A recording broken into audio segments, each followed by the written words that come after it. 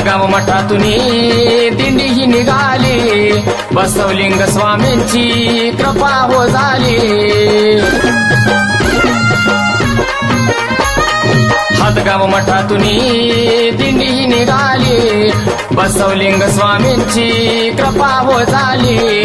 सिद्धलिंग बाबांनी आम्हा मार्ग दाविला, सिद्धलिंग बाबांनी आम्हा मार्ग दाविला, मार्ग दाविला।